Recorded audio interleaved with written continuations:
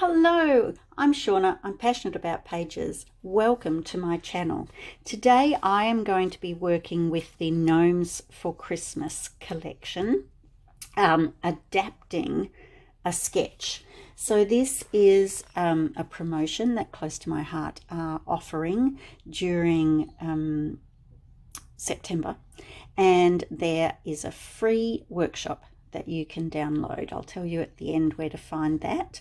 And there's a scrapbook workshop and a card making workshop. I'm working with the scrapbook one today, and I am taking the very first layout in the instructions, which is just a single layout, and I'm turning it into a double, and I don't want it to be a Thanksgiving kind of page. I'm making mine into a zoo page.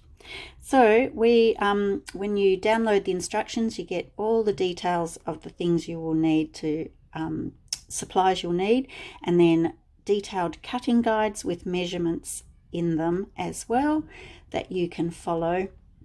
And then there will be close-up photos of the layouts and hints and tips for assembling them. Okay. So let's get going. I've cut all my pieces for this following the instructions, and I have used all the colours that they suggested from the paper pack, with the exception of the background. So this background paper has words like scarecrow, cornucopia, autumn, flower, reflect, harvest moon, and they just don't go with the photos that I want to scrapbook, but the colours are perfect for what I want to scrapbook. The Melbourne Zoo sign in this green here matches beautifully with the green in the stripe, and the browns and oranges and reds work really nicely with the yellows of the flowers. So I've swapped out the background to just a plain white daisy, and I am going to add a little bit of stenciling onto the background along with some stickers to just to soften the look of that. Okay, so let's begin. I have a stencil. This is stencil pack 2. I don't know. Oh yeah, you can see it. So it's all zoo themed. There's the different animal prints on there. There's a giraffe and an elephant. There is a phrase, wild and free, but because it's a zoo, a traditional zoo, that's not appropriate. And then some other little accent bits. I'm just going to use a couple of the pieces for this one. So what I'm planning to do is use this animal print stencil here. There, yep. And I'm going to put a little bit up here and a little bit down here, and then across this corner I'm going to use this banner. These are the coordinating stickers for the paper pack, so I'll use the banner across the corner just to make it a little bit less symmetrical. See how that goes. Okay, so I've layered them all on here just to give me an idea of where I need to stencil, and the stencil is square, but I don't want to go right to the edges. I want it to kind of fade out a little bit there, and I might actually bring it down a little bit more, I think. Okay, so I'm going to come in with a soft orange colour. I'm using sponges. Normally I would use blending brushes, but I'm away from home and I don't have them. Just tapping off so that it's not a super dark colour, and I'm just kind of trying to make that edge more rounded than square. Okay, do that there. and then down here somewhere, I think. And I probably don't need to ink up my sponge again. It'll probably, whoops, slipped a little bit. It'll probably be enough as it is. Okay. And now it's just a matter of assembling it. So when you read the instructions, it tells you that these pieces all need to be torn.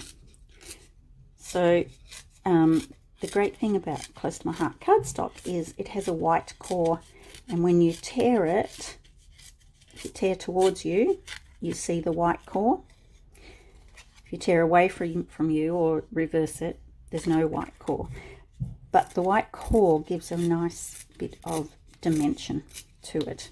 Okay, so I'm going to go ahead and do that for all the pieces that need it, and then show you how to assemble it. Alrighty, I'm back. That only took a couple of minutes to do.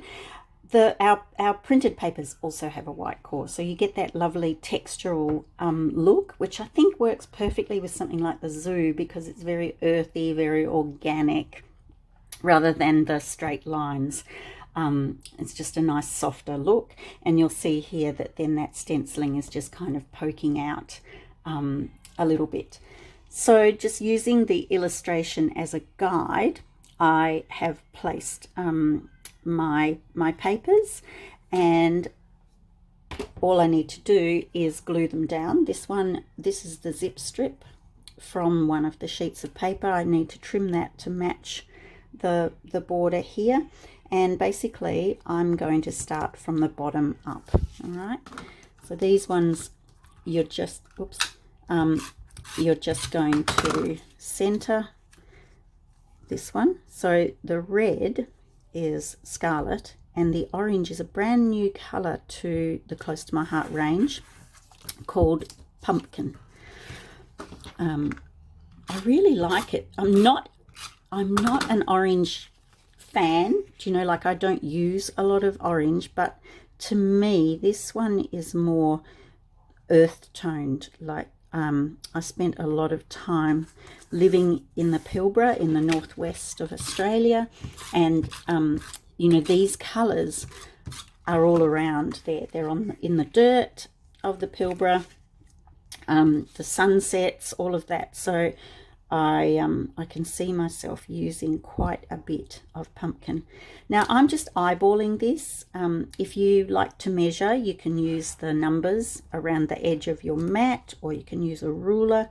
But I do find that, you know, with practice, you totally can eyeball things. Just need to decide how far down I want this one. I think I want it about there. So I'm not trimming it until after I've glued it down, because I often find when I trim this sort of thing, if I'm just a fraction out with my cutting, because it's going onto the stark white background, it will show like the difference if my zip strip was just that fraction short. So by doing this, I can just run my scissors along and have it cut to match. Okay, now the photo is a 5x7, which I've just started using more of, and I'm really enjoying them, and it's triple mounted. So what I encourage you to do to save the weight on the page is to take pieces out of the middle of your photo mounts, and then you can use those elsewhere on either this layout or another layout. The other thing that this one uses is the two tones of one cardstock. So this is another new color, this brownie color. It's called Acorn, and I've used the dark side and the light side.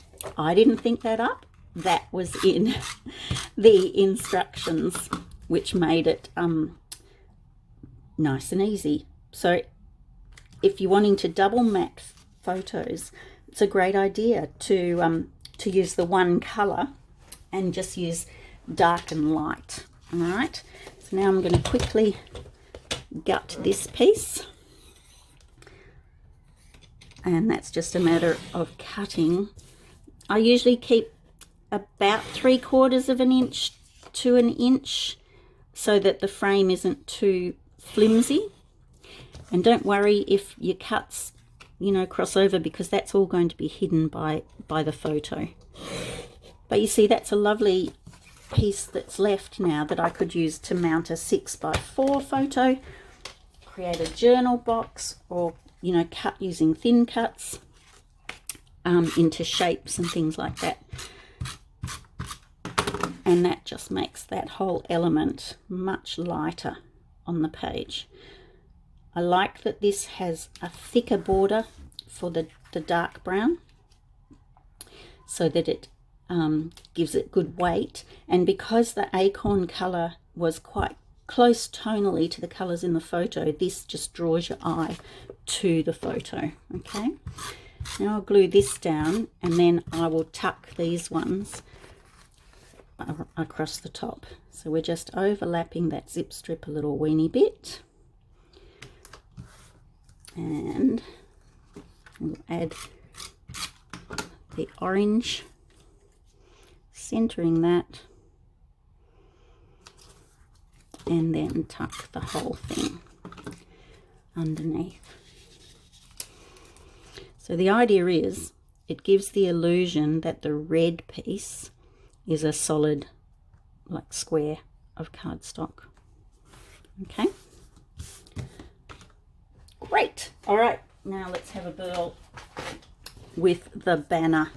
So I think I'm going to start it about here and take it so that it's not square, it's further in on this side than this side. And I've got 6 pieces. So what I usually try to do is put both ends on and then work in towards the middle. Sometimes I'll draw a bit of a line with a pencil, other times I'll just wing it. So I'm just kind of tacking them down there. I'm thinking, oopsie, I'm thinking this one. So I don't think they're all going to fit across.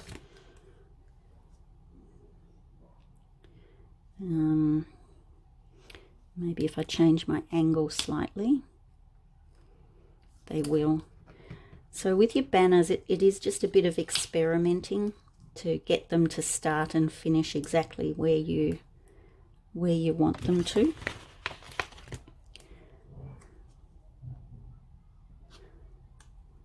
Oh yeah, that'll work. Lift that one up. So the sticker glue is reasonably forgiving, but not super forgiving. So I never leave them there for too long if I think they need to move. Okay. Right.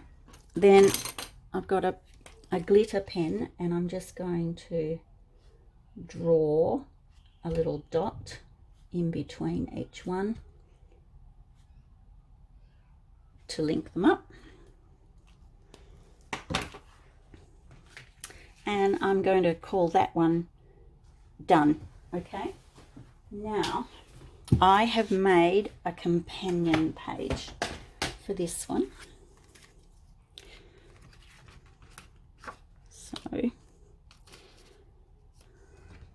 So I've taken the same element. This is exactly the same measurements as this piece here, but I've made it a vertical element on there.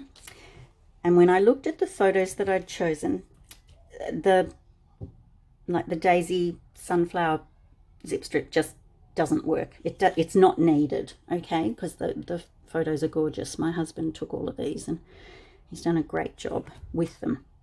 So on this one, I used the stencil again. This little border with the paw prints runs up the side of the stencil, and then the little square elements are also on the stencil. Those ones I stenciled, and then I went over it lightly all over where I'd stenciled, just sponging to give that more muted look to it. This one there's going to be flip flaps. Okay, so I've got lots of photos on this one, sorry. And I've made a coordinating journal box just with some of my scraps. In fact, these were the bits I tore off the edge of these ones. I've written my story there, and I don't know why I printed one as a 6x4 and the rest were all 3x4s. So I need to reprint that one, and then those two will be part of a flip flap as well. I've pulled off some of the stickers here. So I have Season of Change, which I don't need those words, but I like that it's a bit of a wood grain effect. And I'm going to use the arrow pointing here and cover the words. So that's just a bit of a layer. All right. And pop that there. Then this heart matches the gingham in that one, and so by putting that down here, that will give a bit of balance to the page, and I'm going to put that in the middle of the heart. Okay, always try now to put the date on my pages because I don't work in order, and I really don't work chronologically very often anymore. So by putting the date on all my layouts, I know where to look if I need reprints or I need more information about the journaling and things like that. Okay, and I think I'm happy with that one. Okay, I did pull off this other sticker that says Good Times. Trying to decide, is that just a bit trite, you know, to add it? It doesn't really go with the banner, so I think I'll put that back on the sticker sheet and save that for another time. And I'm happy with that. So this layout that was a single layout for one photo now has 3, 6, 8, 9, 10, 11 photos on it, and they will just come up like that. Alrighty, so that's it. If you haven't subscribed to my channel yet, I'd love you to click the subscribe button and see the next lot of videos that come out so that you'll be up to date with that. If you have any questions about the process, please add a comment. I'd love you to tell me if you enjoy using stencils and how you use them on your layouts too. If you want to download the instructions that I've worked from, just have a look in the comments on this video and you'll see a link for them. Okay, thanks for listening. Bye.